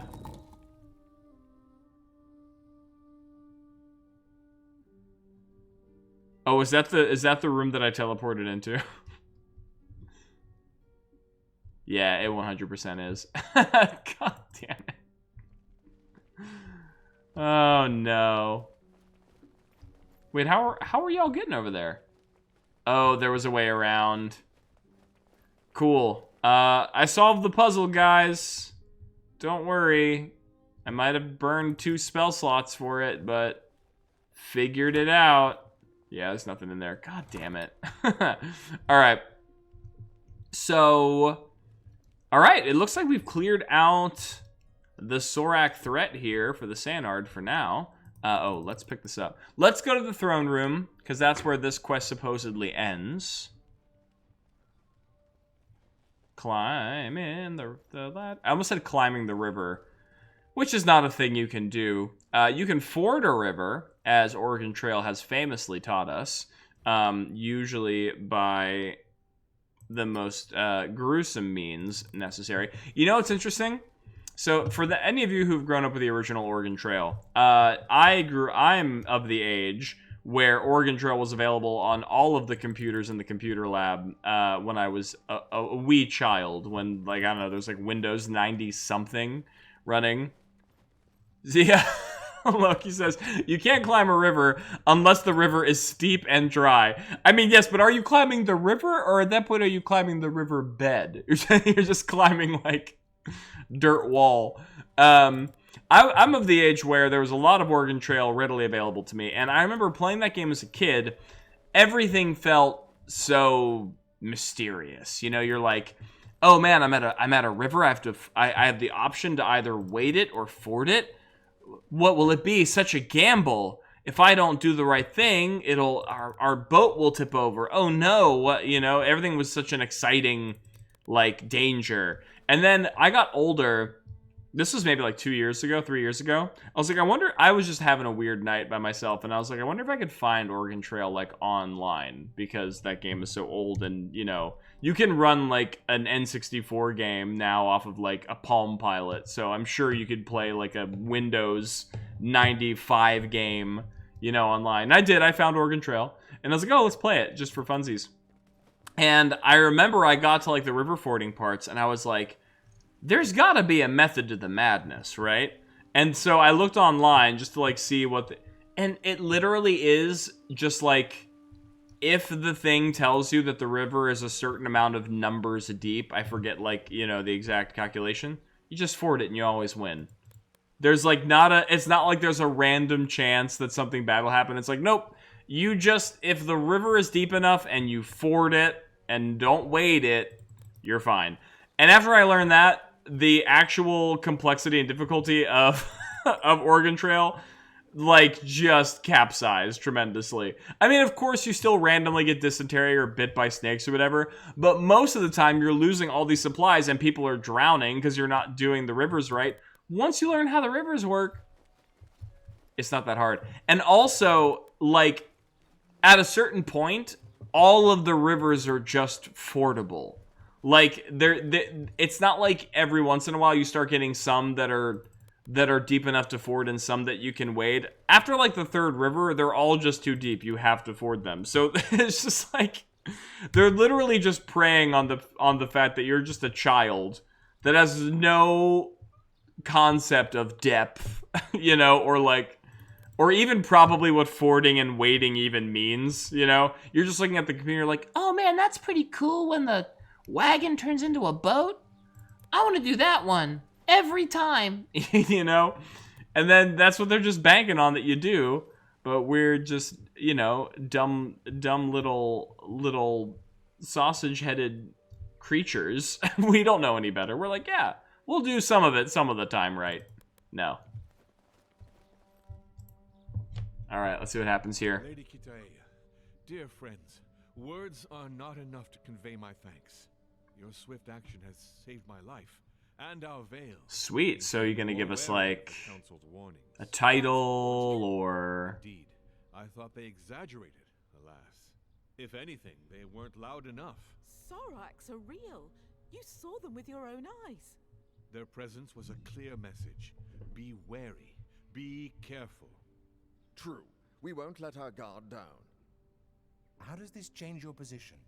Do you plan to join the council? Oh, that's right. Help us in our endeavors. We shall join. The discovery of the hidden gate will allow us to communicate swiftly. But enough about matters of state. The Synod has the right of it. The only benefit of power is the ability to reward. Thank you. That's what I was waiting to see. Of Corporan, you have proven to be. Yeah, exactly, Loki. Show me the money. Show me the money. Money, please. With all associated rights, as well as free use. We're the worst. Worst. Maybe. Keys to the town, maybe. Our minds are well suited to holding enchantments. Oh. On your journey with our blessings. Many thanks for your generous gifts. May Einar watch over Corporan. Okay, so they gave us some enchanting stuff. I still do not know how enchanting works. I'm gonna have to look at that. Oh wait, quest gem the monastery. Did we get a new forehead gem? Did we get a new crown gem?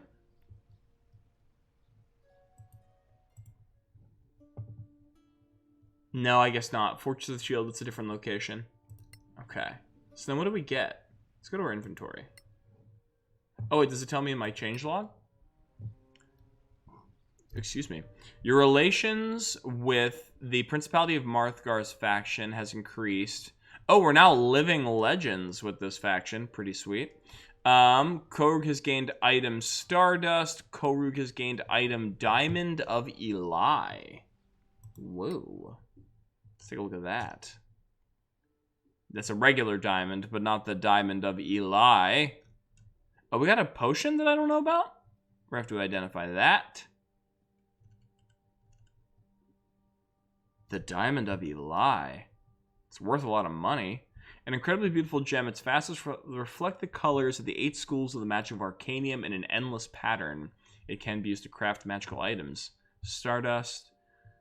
Dust was collected by the Monocalan Arcanus from the remains of a meteor shower. The incredible materials it contains granite magic powers and can be used to enchant items. Okay, so yeah, we're definitely going to have to look up enchanting soon. Oh, I already know this. I'll sell it later. Because I have a lot of materials for crafting, and now I have a bunch of like items and weapons that are primed, which I believe is the mechanic that this game shows that like, oh, if it's primable, then it can be enchanted. So I do have the ability to do this. A pile of bones. That's Agni's bones, the dwarf, who we haven't found the rest of his bones. We'll go back for his bones one day. I do want to identify that potion though. Where is Fasima? Let's cast a ritual. Identify. Let's go to Korug. Let's look at this potion. Is something cool? Party is waiting 10 minutes. Potion of climbing. Okay, cool. I'm sure that will be situationally useful. All right, we're looking a little banged up. I think what we should probably do, let's look at our map. Open the map of the location. Oh, I can't look at the map of the fancy Google search. Exactly, magical Google search. She's like, we're like, let's sit down to do our ritual. And everyone like, pulls up the candles as Fasima like slips an iPhone out of her robes. Everyone look away.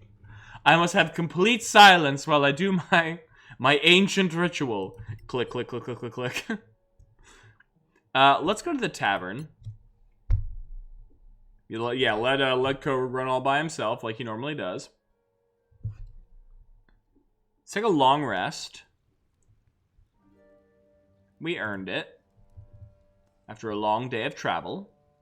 And then I think we'll be able to see what our upcoming journey is supposed to look like. Welcome to the inn. Welcome to the inn. We need a room. We'd like to stay for the night. Sure, get settled. Only 10 gold for a room? That's like in Skyrim, man. Or like, I don't know.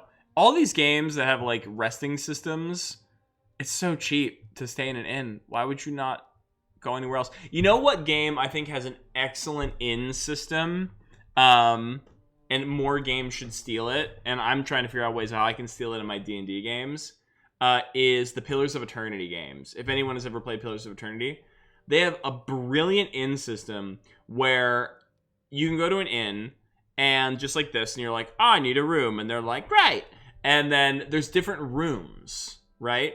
And so for like really cheap, like here, like the 10 gold or like whatever, like the bare bones room option, it doesn't give you any benefit other than the normal resting stuff that you do. And you just pay it and you sleep and you go to bed and you're done. But then there are other rooms that are more expensive, and they're all themed usually.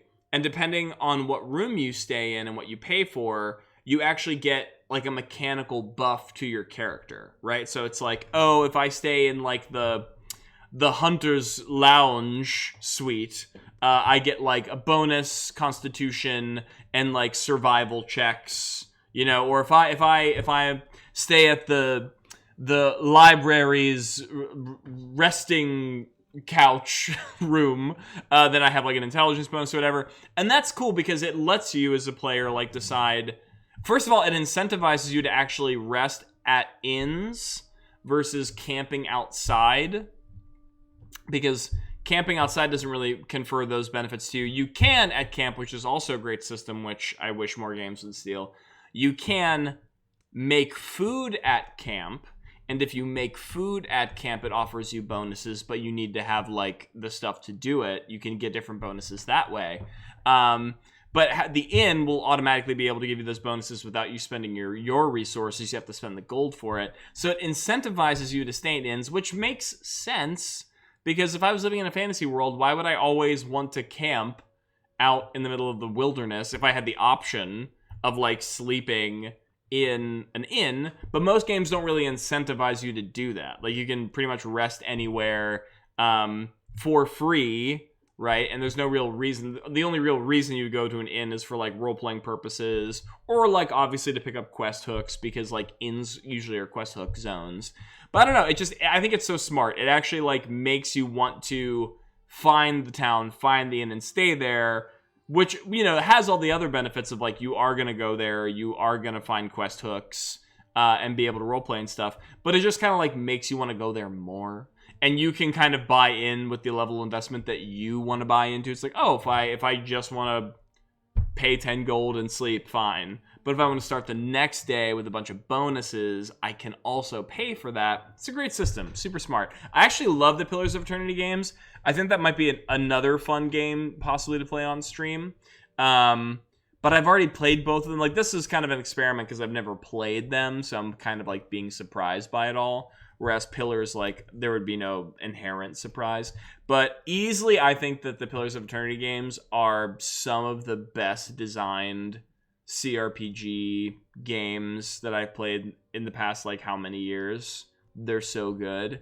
Their systems are so smart. Like, I would steal so many mechanics of theirs for D&D things if I could. I mean, I could, but I'd have to rewrite a bunch of stuff.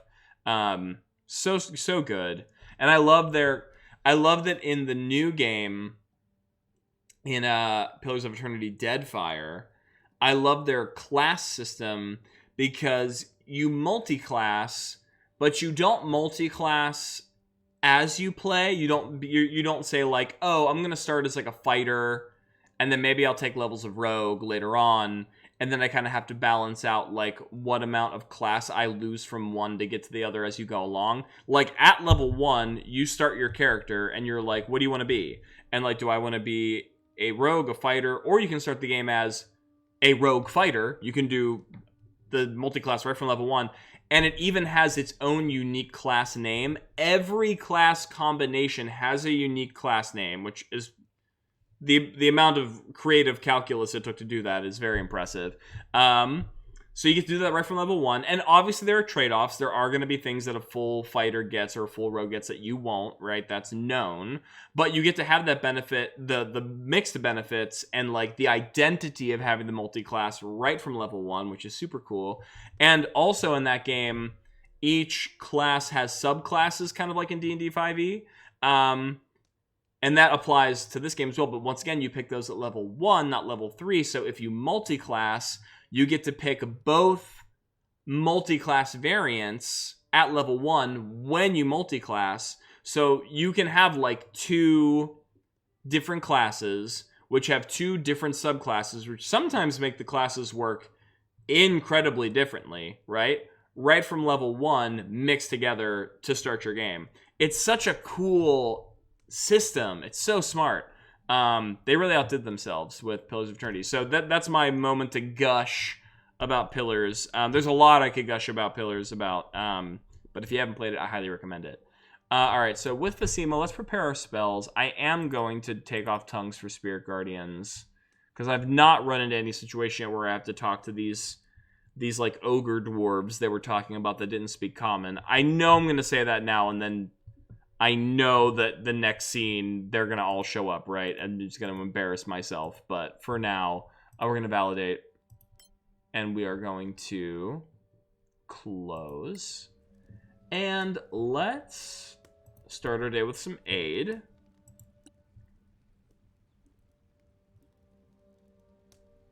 Cast it up on a higher spell slot, level 3. Let's pop it on the usual suspects, Korug, Facima, Gwyn. So wait, so now that Kitayella found her spell book, does she have more powers and stuff?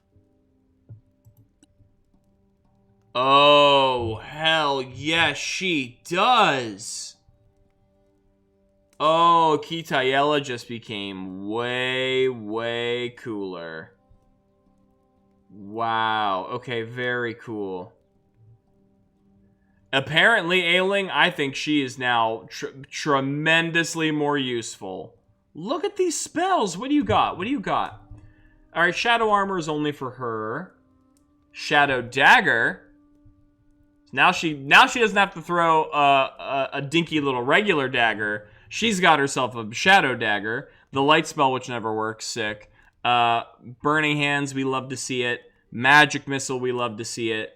Shield, we love to see it. Color Spray, actually very similar spells to Adraxis in that regard. So, I mean, she knows what she's doing. Fairy Fire, that is a great spell. That is a very good spell. Okay. What else? Acid Arrow, classic.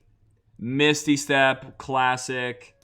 Scorching Ray, just like Adraxis. So these spells are pretty good. Blindness is like whatever. Blinding an enemy can be good. It's pretty situational depending on the enemy. But, you know, better than not having it, so dang. Hold Person, super good. Counterspell, super good. Fireball, obviously a winner every time. Slow, super good. Blight is pretty, I mean, that's pretty nasty necro damage for the right enemy type, so I'll take it. Ooh, Confusion is actually a great control spell. I think that's only one creature though, right? Yeah, but it's hitting the right creature. Like, if I hit like a low enemy with that, like an ogre or something, confusing them, that's good. And then what's this? Ice Storm. Oh, hell yeah. Yo.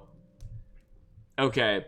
I know I talked shit on Kitayela before, and I might still, because she still does have some terrible hot takes on, like, the world and the people of the world.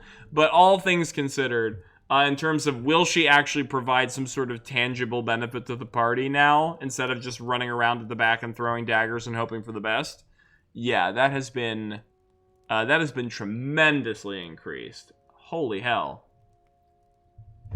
Those are some very good, mostly combat spells. Mostly combat spells. She's not going to be able to provide us much in terms of exploration or helping with like social situations, but combat-wise, those are some strong options. All right, I think we set out. All things considered, not just Kitayela by herself though. All things considered, this town. I mean, granted, you know, we every time we've fought Sorax has been pretty dire. But as far as Sorak fights go, that was not as bad. Maybe it's either we're getting stronger, or maybe this town just wasn't meant to be as hard of a skill check for the party as some of the other zones have been. But we went through that fight pretty handily. All right. I think, yeah, what is... Oh, never mind, there's a... Damn Sorax right under our noses, eh? It's worse than I thought. I met with this fake Baron more than once recently. Who are you? Didn't see a difference. And who might you be?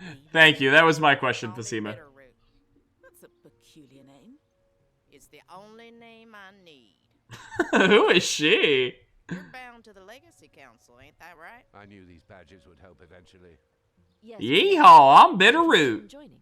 Ever heard of Arwin Merton? He's probably marinating in some tavern in Carolina. Oh, he was like that legendary adventurer who's kind of being an asshole. I have something I'd like you to take back to him. A message. And a gift. Why not go yourself?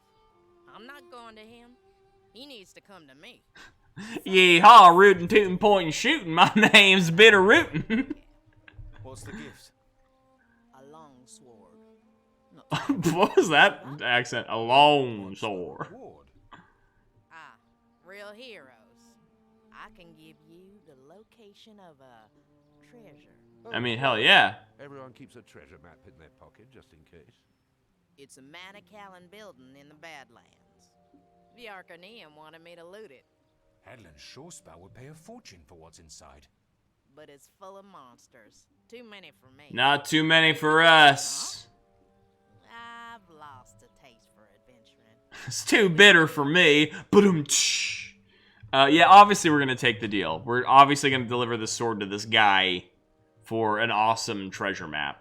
Obviously. We're going to take that bait. What's the message? You tell him he owes me a child. And I'm waiting. Here in Copperin. Fine. We'll take your message. A child? Thank you. A child. Here's the blade. Oh, and the map. Why are you holding the sword like that, though? You're like balancing it on your fingertips. Here's the sword. If you can just pick it up. Now, don't mind me. You just take this sword as quick as you can before I drop it, because I ain't holding it right. By the way, I'm Bitterroot and I need a baby. Lady, I don't trust you to hold a sword. I'm not gonna trust you to hold a baby with your fingertips. I'm Bitterroot. Yeehaw. I kind of love that character. She's kind of the new daddy hat for me. She's wearing a cool robe. All right.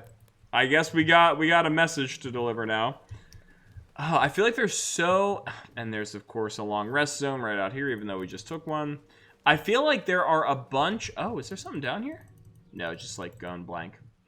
I feel like there are a lot of side quests. Obviously, we have to go back to Caer Kiflin for a lot of reasons, not one of which is to tell this old adventurer guy that this lady wants a baby. That's a thing that has now been thrust upon us. But to report back to the council, buy some stuff. But there's a lot of side quests between now and then. So I want to look into the map and see where our next likely zone is going to be for our next... Okay. Oh. The Master's Fortress. Okay, the Master's Fortress is where we have to take, what's her name? That's a great question. What's her name? Kitayela. Whatever her name is, that is who we need. Okay, this is the Monocolin Ruin. Origins of the Crown. Yeah, there's a bunch of side quests right now out here. What's this? A major gate allows you to teleport to this location. 2 active quests. Apostasy. What is apostasy? Return Caer Kiflin and bring the holy symbol. Oh, we found a holy symbol. That's right. Okay. That was a while ago. Okay, so what is going to be our game plan here? Because I do want to do some of these quests before coming back into Caer Kiflin. There's nothing too far away, right? Oh yeah, we can teleport to the Dark Castle, but there's really no reason to. Okay. So we are here. I feel like the plan of action is probably go to the Master's Fortress, right? Because if we go to the Master's Fortress, then Lady Kitayela gives us the name of the teleporter, right? That's what she said, which means beyond that point, then we can teleport back if we need, right? So, okay, I think plan of action is Copperan, Master's Fortress. Once that's completed, we leave the Master's Fortress. Maybe we journey down to Silent Whisper's Outpost. Maybe there'll be a road that connects here to here. We don't know yet. Yeah, ideally what would happen is we go to Master's Fortress, we get the name of the teleporter, then we travel southbound, Silent Whisper's Outpost, Monocolin Ruin, and then head all the way into Caer Kiflin and return all of our quests and our loot. That's kind of the game plan. I think what I'm going to do, though, is I'm going to start the journey here just so we can get any possible fights that happen along the way out of the way for the next sesh. So let's see. Travel. We have one long rest between now and then. Yeah.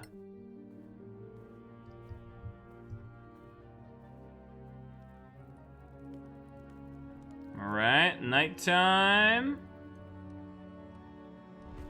Yep, I knew there was gonna be something. Snark Ghouls. Oh, Skarn Ghouls. Wait.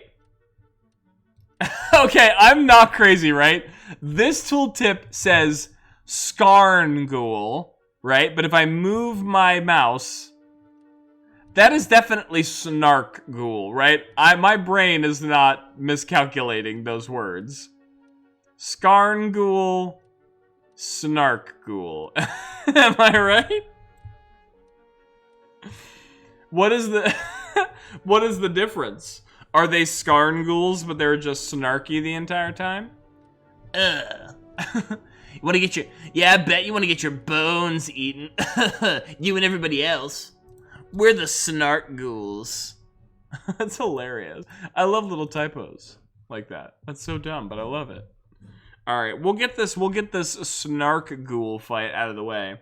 So next time we are all of our friends are joined.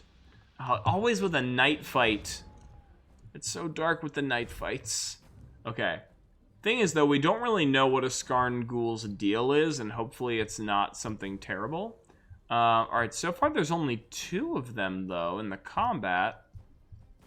Which either means this combat is going to be very easy or very deceptively hard. But we're probably going to get another long rest before we hit there anyway, so let's go for broke. I'm going to cast a spell. I'm going to cast a spell. I'm going to cast Fireball. I'm going to heighten it. And I'm just going to drop it right on their god dang heads. and see what happens here.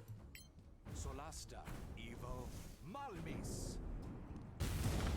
One foe down. Never mind. We just won. What? What was that fight?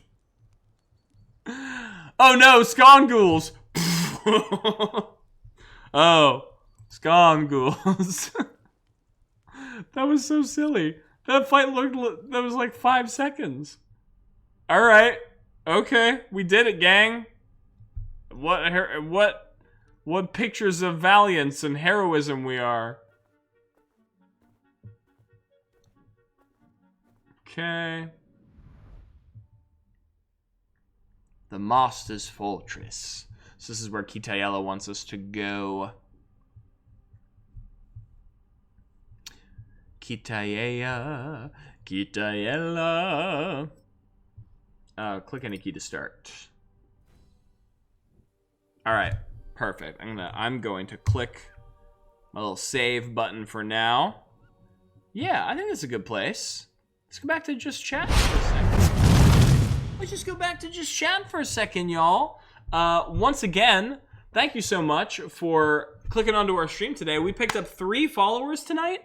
Broke our goal, and we have to set new goals for next time around. We got a gift sub in the chat. Oh, that reminds me. I do have to grant those of you who were part of our monthly giveaway their Dragon Coin rewards and all that fun stuff. I had forgotten to do that, so I will do that. But thank you, everyone who has come to join the stream tonight. Level 1 Adventuring.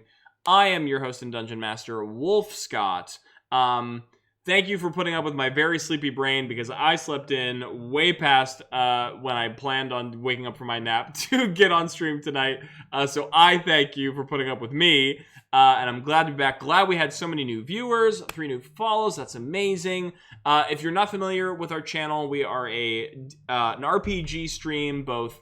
It's okay. I overslept too, says Loki. Yeah, it was the Oscars. They kept me up too late. But Level 1 Adventuring, we are a role-playing game stream. We are a TTRPG stream. We do solo games. We do group games. I think I'm going to do a Firelight stream tonight. I think I'm also going to revisit the Cypher playthrough because one of our newest members, Nar, messaged me and was saying that was their first introduction to our channel with Cypher. And I'm like, oh my god, I haven't played that since like some of the first times I've streamed. So I think I'm going to revisit it. But we do a ton of stuff. Please follow us on all the socials. Here, of course, thank you for the follows you gave us, and also on the YouTube. We're almost at 100 subs right now, which is great, and our watch time is going up and up and up, so we're getting ever closer to the glorified position of monetization, fingers crossed.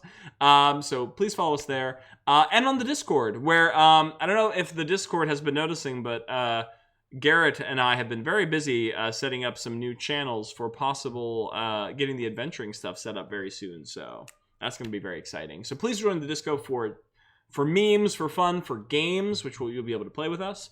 And there's other exciting things coming down the pipeline, which I'm working on that I can't announce quite yet, but hopefully will be coming out soon. And thank you to StreamLabs and StreamSpell for all the fancy tools and visual effects. You can use our affiliate link down below to get some yourself and kick back some help to us, which is always great. And I think that's all the usual plugs. So thank you so much, everyone who joined tonight. I will see you on the Discord. I will see you tomorrow night around 7, hopefully, 7:30. I won't oversleep again. And I will adventure then. Until then, be good, be well. And as always, I appreciate your time and your energy. We'll talk soon, my friends. Until then, I have to find my play out, my outro. Where is it? There it is.